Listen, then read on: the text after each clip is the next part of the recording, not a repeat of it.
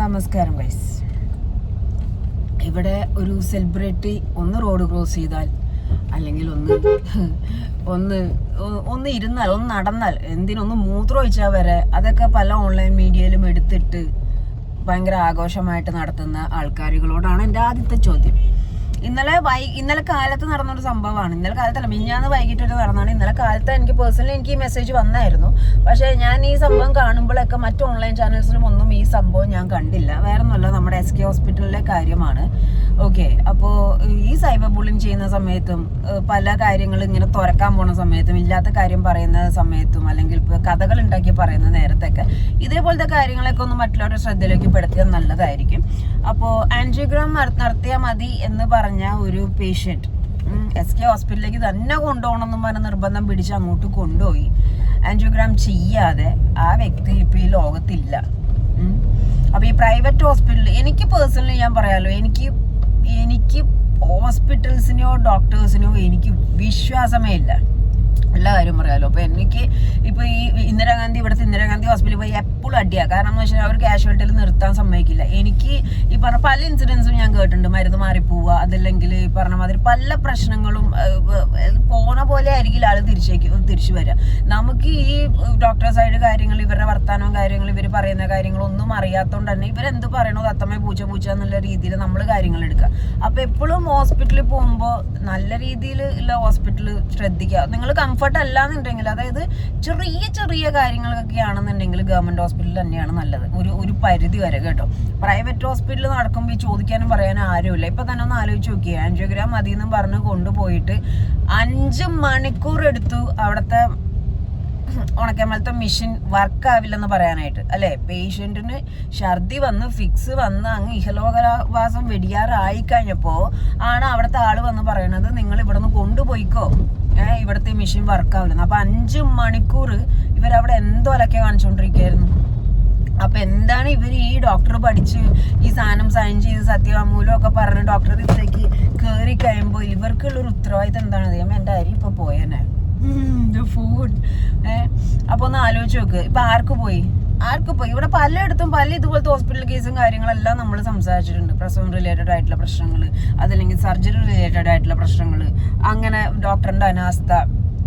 ആ പ്രശ്നം പറഞ്ഞിരിക്കുന്ന വീഡിയോന്റെ താഴെ നിങ്ങളൊന്ന് നോക്കിക്കോ. ഈ SK ഹോസ്പിറ്റലിനെ പറ്റി കംപ്ലൈൻസ് അല്ലാതെ കംപ്ലൈൻസ് ആണ്, അത്രയും കംപ്ലൈൻസ് ആണ്. കാരണം ഈ ഒരു പേഷ്യന്റ് അവിടെ വന്നിട്ട് ആൻജിയോഗ്രാം ചെയ്യേണ്ട ഒരു വ്യക്തിയെ അവിടെ 2 പേര് വന്ന് നോക്കിപ്പോയി കഴിഞ്ഞ് കുഴപ്പമൊന്നുമില്ല എന്ന് പറഞ്ഞ് ഈ പയ്യൻ ആ ബ്രദറിനെ വിളിച്ചിട്ട് ഓക്കെ കുഴപ്പമൊന്നുമില്ല നമ്മൾ ഇറങ്ങുക എന്നൊക്കെ പറഞ്ഞു കഴിഞ്ഞിട്ടും ആള് ഓക്കെ ആവാതെ ഫിക്സും ഛർദിയൊക്കെ വന്നു കഴിഞ്ഞ് എക്സ്ട്രീം വേർഷനെ ഒന്നും ചെയ്യാൻ പറ്റാത്ത അവസ്ഥയായപ്പോ കണ്ണടിച്ച് പൊട്ടിക്കണ്ടാവണ്ടേ ഈ മെഷീൻ വർക്കാവില്ല നമ്മൾ. ഈ 5 മണിക്കൂർ ഒന്ന് ആലോചിച്ച് നോക്കിയേ.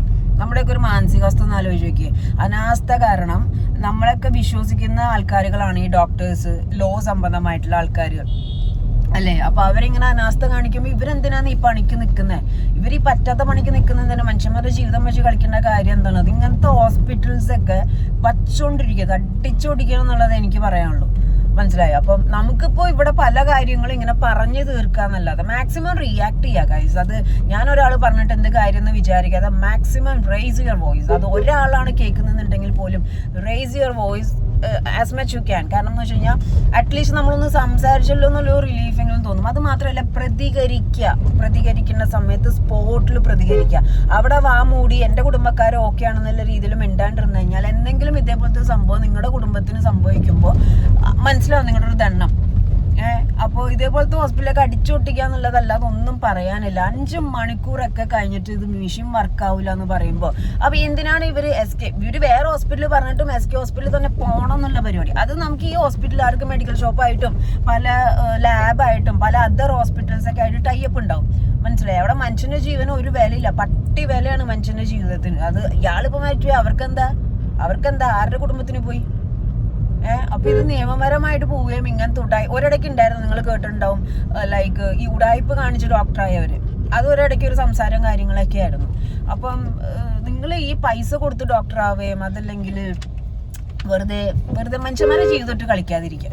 മനുഷ്യന്മാരുടെ ജീവിതമായിട്ട് കളിക്കാൻ എനിക്ക് അത്രേ പറയാനുള്ളൂ. ഇപ്പൊ ഈ ഒന്നും പറയാനില്ല. ഈ പയ്യന്റെ അവസ്ഥ എന്ന് ആലോചിക്കുക. ആ പുള്ളി മരിച്ചു, ആ പുള്ളി പോയി. കാരണം എന്ന് വെച്ചാൽ അത് ഡോക്ടർമാരുടെയും അവിടുത്തെ അനാസ്ഥ കാരണം അങ്ങനെ ഒരു സംഭവം അവിടെ സംഭവിച്ചു. ഇനി ഞാൻ അങ്ങനെ ഒരു ഹോസ്പിറ്റലിൽ വച്ചുകൊണ്ടിരിക്കേണ്ട ആവശ്യമില്ല സത്യം പറഞ്ഞു കഴിഞ്ഞാൽ. അങ്ങനത്തെ ഡോക്ടേഴ്സും വേണ്ട. ഇവരൊക്കെ സ്പോട്ടിൽ ലൈസൻസ് കട്ട് ചെയ്ത് വീട്ടിലിരുത്തേണ്ട തക്കതായ തൂക്കിയെടുത്ത് അകത്തിടും. ഇത് കൊലപാതകത്തിന് ഈക്വലാണ് ഇത്, മനസ്സിലായോ? 5 മണിക്കൂറായിട്ട് ഈ സാധനം വർക്ക് ചെയ്യണില്ലെന്ന് അറിഞ്ഞിട്ടും മിണ്ടാണ്ടിരുന്നിട്ട് ലാസ്റ്റ് മിനിറ്റിൽ കൊണ്ടുപോയിക്കോന്ന് പറഞ്ഞത് എവിടത്തെ ന്യായമാണ്?